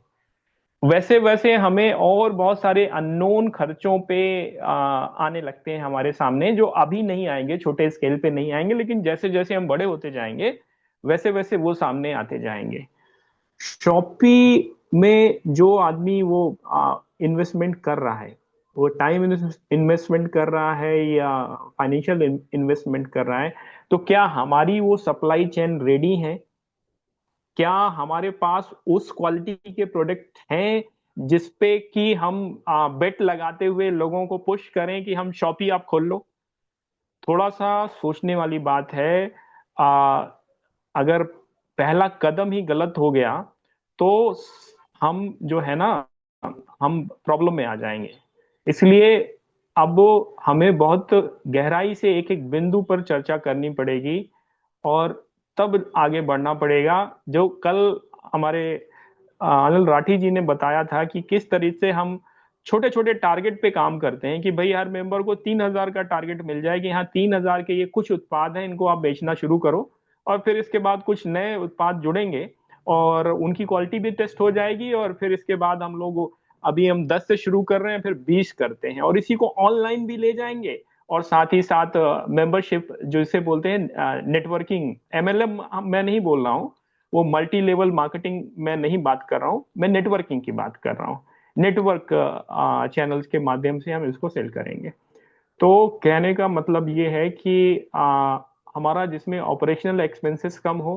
शॉपी एक राज्य में या एक जिले में एक बहुत है, और उसके चलाने के बहुत सारे खर्चे हैं, बहुत सारे उसमें वो हैं। तो वो ध्यान में रखते हुए अभी हम लोग थोड़ा सा लिमिटेड रखें, ये मेरा व्यक्तिगत मत है। और अगर कोई चलाने के यस लिए तैयार है और ये सारी चीजों को समझते हुए चलाने के लिए तैयार है, तो मैं उसका साधुवाद दूंगा, और हम बिल्कुल उसकी यस एकता को हतोत्साहित नहीं करेंगे, उसके यस साथ खड़े सर, हैं। जी। डेफिनेटली शॉपी छोटे छोटे गांव में चलाना बहुत मुश्किल है। छोटे गांव का कस्टमर भी उधर जाएगा नहीं। अपने जो ऑर्गेनिक वगैरह जो प्रोडक्ट है, मिलेट्स है, ऑर्गेनिक गेहूं रहेगा, ये इसका परचेजिंग कस्टमर सिटी में ही है जो ज्यादा पे करके खरीद सकता है। तो इस जिले में एक एक बना दिया तो बेहतर होगा। गांव में थोड़ा बाद में सोचेंगे। जी। अनिल जी, अनिल जी, अनिल राठी जी। अभिषेक जी, मैं कुछ कहना चाह रहा हूँ। जी अनिल जी राठी जी का खराब हो गया, गला बैठ गया उनका, नहीं, वो बात नहीं। जी जी, मैं ये कह रहा बोलिए था, बोलिए। जैसे अभी अभी क्या है कि जैसे हम लोग ये क्या कर सकते हैं कि जैसे हमने अभी कानपुर में अपना माल जो है स्टोर कर दिया, या जिसको हम लोग जो है गोडाउन बना दिया, तो वहां से हाँ माल हाँ जो है नागपुर में रहेगा। तो वहां भी हमको मैन पावर लगानी पड़ेगी। क्या कुछ ऐसा सिस्टम है, बन सकता है क्या, कि डायरेक्ट हम सीधे जो भी जो उत्पादक है, तो जिसके थ्रू हम लोग माल खरीदेंगे, डायरेक्ट सीधे हाँ पहुंच जाए। जैसे हाँ नागपुर हाँ, जाना है, ये आलू बिल्कुल आलू वहां बिल्कुल, चला जाए। ये डायरेक्ट इससे क्या है सेलिंग ना, मॉडल पे ही कॉस्ट हम। कम हो जाएगी। नहीं नहीं, आप जो कह रहे हैं इसी पे अभी चर्चा हो रही थी, शायद आपने ध्यान नहीं दिया। ये डायरेक्ट सेलिंग मॉडल होता है। और डायरेक्ट सेलिंग मॉडल में क्या होता है, जो ई कॉमर्स कंपनियां होती हैं वो इसी मॉडल पे काम करती हैं। वो केवल और केवल फोटो अपने प्लेटफॉर्म पे डालती हैं, प्रोडक्ट जो होता है वो उसी उत्पादक या उसी कंपनी के पास रहता है। और जब वो ऑर्डर बुक हो जाता है, तो वो ऑर्डर सीधे प्लेस होता है उस आदमी को, और वो आदमी ही डिलीवरी करता है। तो इससे क्या होता है ना, कि ये जो डबल ट्रांसपोर्टेशन की कॉस्ट और डबल मेंटेनेंस और स्टोरेज की कॉस्ट से वो बच जाती हैं। और इसलिए उनका कॉस्ट जो होता है वो प्राइस के मामले में कॉम्पिटिटिव होता है, और वो कई बार कस्टमरों का दिल जीत लेता है कि हाँ भाई पैसे में हमको बेहतर चीज मिल गई। तो ये चीजें हैं, ये चीजें इसलिए मॉडल, ये जो बिक्री मॉडल है, आ, इन पर हम लोग बात कर रहे हैं। और साथ ही साथ इनमें कमीशन स्ट्रक्चर पे बात कर रहे हैं। हम लोग उत्पादों की तुलना पे बात कर रहे हैं, और ये सारी चीजों को समझते हुए एक हम बेहतर रणनीति के साथ जमीन पे उतरते हुए काम करने की बात कर रहे हैं। जी। अच्छा, इसमें इसमें वो बात, जो उत्पादक रहेगा उसको जो कमीशन रहेगा वो किस तरह का रहेगा, मतलब कितने दिन में रहेगा, क्या सिस्टम रहेगा, कुछ ऐसा कुछ डिजाइन तैयार हुआ है क्या हम लोग का भी अभी नहीं, अभी नहीं तैयार हुआ है। अभी तो ये जो हमारे जो भी साथी हैं, पहले तो हम लोग ये चिन्हित कर रहे हैं कि अगर हम 150 लोग हैं, तो इन 150 लोगों में से कितने लोग ऐसे हैं जिनके हमको उत्पाद मिल रहे हैं। शशिकांत जी, आपने कुछ ऐसी लिस्ट फाइनल की है, कुछ बनी है, आप बताएंगे? क्योंकि लिस्टिंग और ऑनबोर्डिंग का काम एक कमेटी के माध्यम से शुरू हुआ था। शशिकांत जी, क्या उसकी प्रोग्रेस है, थोड़ा बताइए। शशिकांत जी।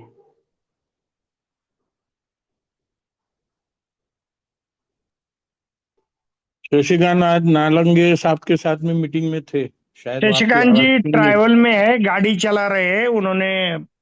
मीटिंग अच्छा। चालू रखी मीटिंग है, में थे। पन सुन रहे हो, पन गाड़ी चला रहे, घर जा रहे हैं। मेरे से अभी 10 मिनट पहले गए।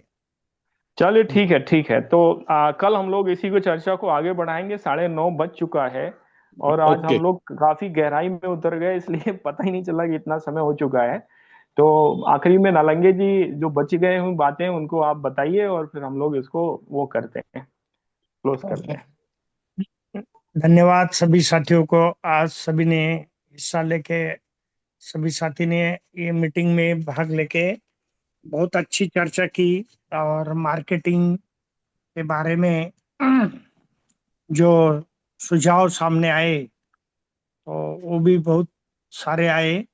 लेकिन मुझे भी जो कार्य सर ने आखिरी में जो मुद्दा बोला, तो पहला अपना काम भी हो जाएगा जीएसटी और रजिस्ट्रेशन का, और 1-2 महीने चालू करने में भी लगते। और अभी अभी जिनके पास सारी यंत्रणा है, ऐसे ही लोगों को स्टार्टिंग में हम शॉपी का विचार दे सकते। जैसे कि देवड़ा पार वाले के पास सारी यंत्रणा है, कंप्यूटर है, आदमी है, लोग है, प्रोडक्ट है, और उनका भी 200 से ज्यादा उत्पादन है, वो भी दुनिया में सबसे अच्छे उत्पादन है। उनकी बहुत सारी डिमांड गवर्नमेंट के लिए भी है और आम जनता के लिए भी है। जैसे कि हमारे जोकारे सर का भी जो बेल्ट है सोलापुर, वहाँ की जो जवार का पैकेट है 5 किलो और 10 किलो, इसकी डिमांड ग्रामीण एरिया में भी है और शहरी एरिया में भी है। और स्टॉकिस्ट जो रहेगा वो डिस्ट्रिक्ट में ही रहेगा। यहाँ ट्रांसपोर्टेशन का जो है कुछ कुछ चीज का, और कुछ माल तो डायरेक्ट कंपनी से सीधा शॉपी में भी चला जाएगा। तो हमारे मन में अभी महाराष्ट्र में 3 जगह सामने दिख रही है, सोलापुर, नारायणगांव और देवड़ापार। ये 3 जगह से हम तो स्टार्ट करने वाले हैं पाड़वे के पहले। 2 तो हमारी नारायणगांव और सोलापुर ऑलरेडी चालू है, इसको सिर्फ अपना नाम देके काम करना है। और देवड़ा पार की नई नई है, और इनको कोऑपरेटिव में, जैसे कि अपने जोकारे सर है, इनको सोलापुर में अपन प्राइमरी एग्रीकल्चर कोऑपरेटिव में जोर क्यों देंगे कि प्राइमरी एग्रीकल्चर कोऑपरेटिव जवार का उत्पादन करेगी और वो माल अपन परचेस करेंगे जोकारे जी के कोऑपरेटिव में, और इसका जो कमीशन रहेगा जोकारी जी देंगे नेशनल कोऑपरेटिव को, किसान नहीं देगा। तो वहाँ का सारा जो खर्चा है वो जोकारे जी को उठाना पड़ेगा जब किसान से मटेरियल करेंगे तो। और किसान को मटेरियल देंगे तो उसका खर्चा जो उत्पादक है वो नेशनल कोऑपरेटिव को देगा, वो शॉपी पे नहीं रहेगा। ऐसा एक मॉडल हमने कच्चा अभी बनाया है, इसको सारे के सामने रख देंगे। और ये 3 शॉपी कर रहे, कानपुर की एक हमारे सामने अभी एक शॉपी दिख रही, वाराणसी की एक दिख रही, छत्तीसगढ़ की एक शॉपी दिख रही, और ओडिशा की एक शॉपी दिख रही। तो एक 10-12 शॉपी चालू कर दिया तो एक अपने को भी लोगों को दिखाने के लिए और बिजनेस के लिए काम चालू होता है, थोड़ा ट्रांजैक्शन दिखता है। और धीरे धीरे ये आगे जीएसटी आने के बाद जोर से अपन सारे जो लोग जोर लगाएंगे तो ये काम बहुत बड़ा हो सकता है। ऑर्गेनिक दवाई का काम मेरे लोटस बायोटेक कंपनी जो है बेंगलोर की, वो करने के लिए अपने साथ राजी है। और उसका रिजल्ट भी आज दुनिया में सबसे टॉप है। भारत में है, लेकिन बाहर के देश में भी इसकी डिमांड बहुत सारी है। तो ऐसा काम अपने को करना पड़ेगा, और ज्यादा से ज्यादा काम जो करना पड़ेगा वो कोऑपरेटिव के माध्यम से करना पड़ेगा। गांव में उत्पादन भी होता है और माल भी लगता है, ये दोनों चीजें एक जगह होती है, इसलिए गांव को फोकस करना पड़ेगा, ग्राम को फोकस करना पड़ेगा, ब्लॉक को ध्यान फोकस करना पड़ेगा। और प्राइमरी एग्रीकल्चर कोऑपरेटिव द्वारा 30 से लेके 300 लोगों तक पहुंचना आसान है, और सेवक कोऑपरेटिव ज्यादा से ज्यादा काम करेगी, ऐसा मुझे विश्वास लग रहा है। बाकी धन्यवाद। 9:30 हुए है। कल अपन फिर अभिषेक जी जब संधि देंगे उस टाइम अपन चर्चा करेंगे। सभी को शुभ रात्रि। धन्यवाद। शुभ रात्रि। धन्यवाद। अभिषेक जी, ओमरम अभिषेक जी।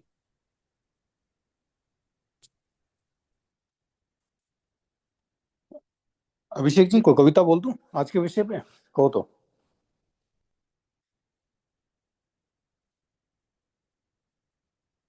अभिषेक जी, राजाराम जी, सुभाष जी कहो तो कविता और बोल दो, ये बोला था।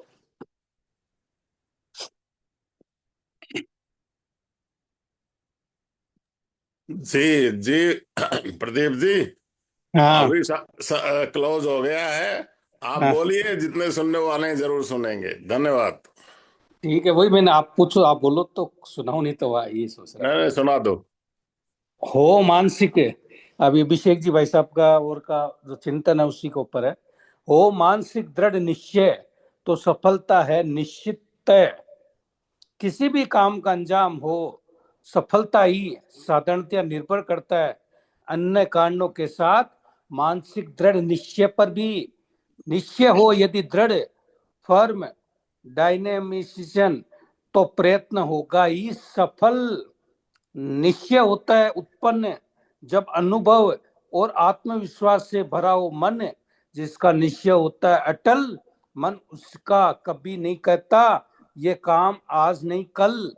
तब परिस्थितियां भी अनुकूल हो जाती है, मन की डगमगाहट, हिचकिचाहट रुक जाती है। मन का बल ही है वह शक्ति जो साधारणतया लोगों को भी असाधारण बना देती है। दृढ़ निश्चय है वह ज्योति जो मन के सारे संदेह को भस्म कर देती है। इसलिए निश्चय की डोर आदमी को पहुंचा देती है वहां कल्पना भी नहीं पहुंचा पाती जहां। इसलिए दृढ़ निश्चय है एक मुख्य कारण जो देता है आदमी को सफलता का वर्ण, जो देता है आदमी को सफलता का वर्ण। ओम। बहुत बढ़िया, बहुत बढ़िया, धन्यवाद। मुझे पता नहीं मैं उम्मीदों पे कितना खरा उतरा हूँ, मैंने एक चिंतन रखा था वो इसीलिए गलत है, नहीं ये बात नहीं।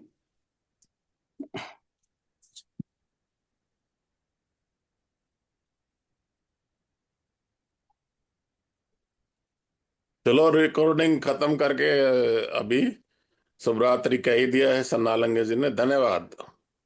ठीक है, ओम। सर जय हिंद सर। सर जय हिंद सर। जय हिंद शर्मा साहब। Sir, wish you a very happy Holi, sir, and prosperous, and to the thank you entire sir, family, thank ma'am, and kiddos, and to all the entire team of this platform, sir. You sir, thank you. आप कभी आते हैं कभी नहीं आते, कि कई जगह जुड़े हुए हैं ऐसे लगता है। हाँ sir, that is the issue. Actually I try. Actually मैं लगा के मोबाइल सुनता रहता हूँ मैं। अच्छा, वो भी अच्छा है। सुनता रहता हूँ, बट आई डोंट कहते हैं सर, I don't finger the thing where I am not able or where I don't have ज्यादा ज्ञान. Yes, wherever I feel to intervene, where I am aware of and I have the knowledge, तो वहां पे जरूर मैं unmute करके फिर excuse me कर देता हूँ, फिर मैं जय हिंद बोल देता हूँ सर। बहुत बट अच्छा आइडिया है, बिल्कुल। बिकॉज देखो, ये कुछ चीजें से सभी में एक्सपर्ट नहीं होते। हमारे जो एक्सपर्ट हैं वो बड़े अच्छे कोऑपरेटिव और मार्केटिंग और उस पर बात कर रहे हैं। अब हम तो उसमें जीरो हैं। तो नहीं इसलिए नहीं उसमें सर, जीरो डिस्टर्ब नहीं करना, पर सुन आप रहे नहीं हैं, नहीं, सुन रहे आपने हैं। एकदम सही कहा कि हम जीरो है। तो मैं जीरो की व्याख्या में सिर्फ इतने कहूंगा कि जीरो शब्द दिया गया था हमारे विवेकानंद जी साहब को, and you must be very much aware of this, जी जी when he was first on the podium abroad, when he was told, I think it was USA, जब उनको दिया गया था, नहीं सर it was London, जब उनको बोला गया था लेक्चरेट के लिए, तो उनको टॉपिक मिला था जीरो सर। एंड जीरो पे वो, तो उन्होंने तकरीबन 3 घंटा भाषण दिया था सर। सबने बाल नोच लिए थे कि भैया इतना प्रकांड पंडित कौन है ये आदमी।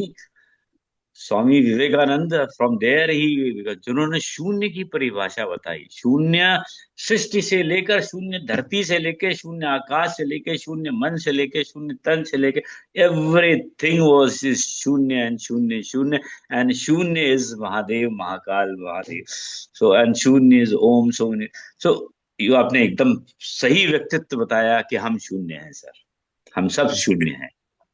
जी शर्मा जी, शर्मा साहब, थोड़ा मैं कहीं और मैं हूँ, तो श्योर सर, मुझे तो बस आपसे होली छुट्टी की। लेंगे। धन्यवाद, आपने अच्छी बात कही।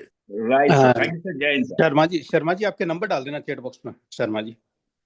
जी जी जी साहब, जी साहब, थैंक यू हाँ, सो मच। चैट बॉक्स में नंबर डाल दो आपके निवेदन। श्योर श्योर, वैसे तो है मेरे ख्याल से, बिकॉज इट शोज, मेरे को नहीं, दिखाता मैं है ये। व्हाट्सएप पे नहीं हूँ, व्हाट्सएप पे नहीं हूँ मैं, इसलिए। अच्छा, व्हाट्सएप पे नहीं है आप? हाँ, इसीलिए नंबर ले रहा था। तो कैसे डालूं मैं चैट में, मतलब एक वो आपने सेकंड होल्ड लिखा दो, करिए। आप लिखा दो, लिख रहा हूँ, बोलो। हाँ, ये आप ये नंबर ले लो, एक सेकंड।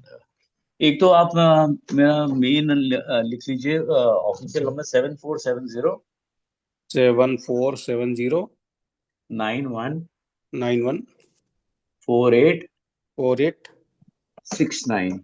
69। हाँ, और जो दूसरा ये जो नंबर जिस पे बात चल रही है, एक सेकंड दीजिए। हाँ हाँ। हम्म,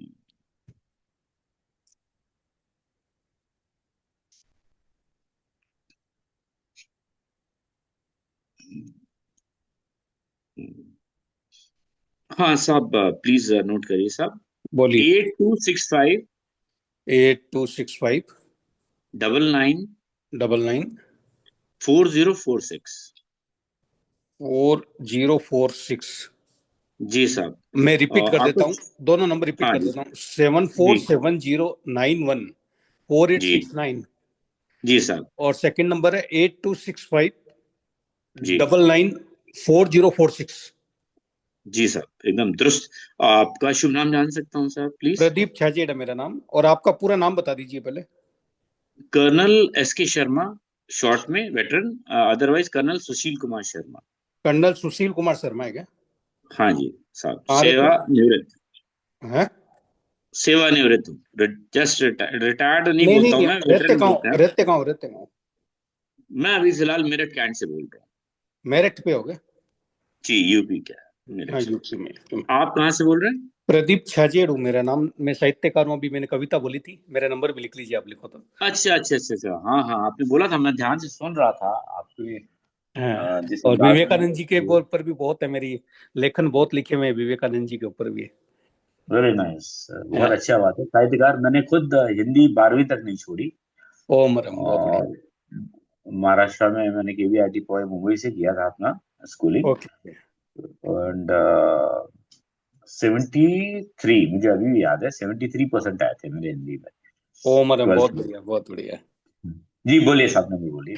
999 999 38 38 766 766 31।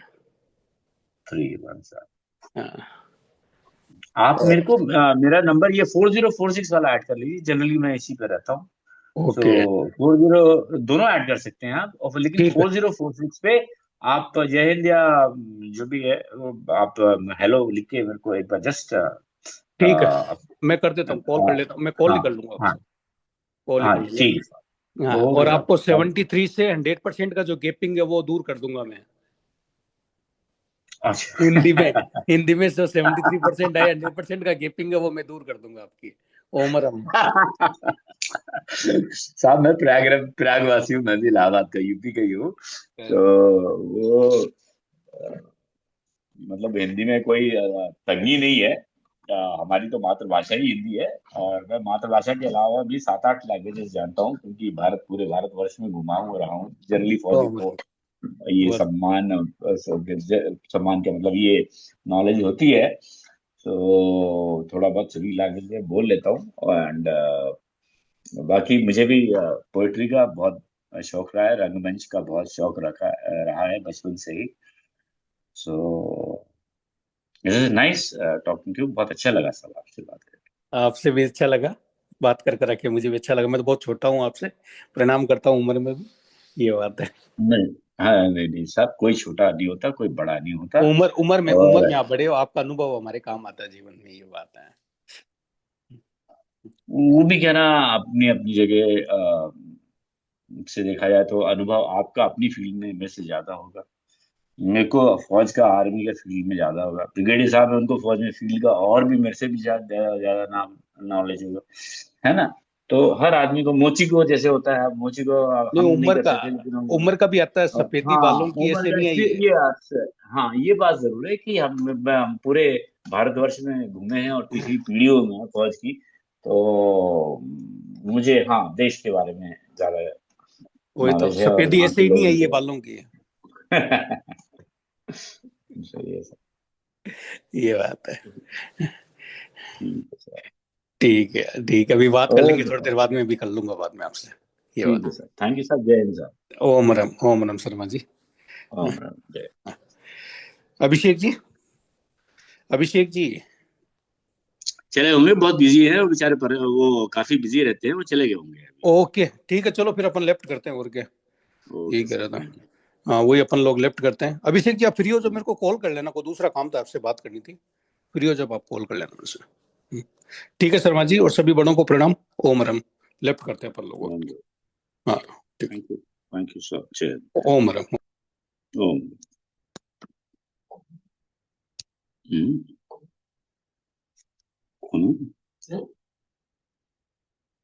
अरे हम बहुत जगह से जुड़े हुए हैं। हाँ बस हम चल रहे, सोने चल रहे हैं हम। सुबह उठेंगे अभी 4 बजे ब्रह्म मुहूर्त में, अभी पूजा कर ले। पहले तो पूजा कर ले, फिर खा लेते हैं। तुम अभी क्या कर रही हो, खा रही हो? तो जब हमको भी फिर पूजा, शाम की पूजा कर ले हम, उसके बाद तुम भी फ्री, हम भी फ्री।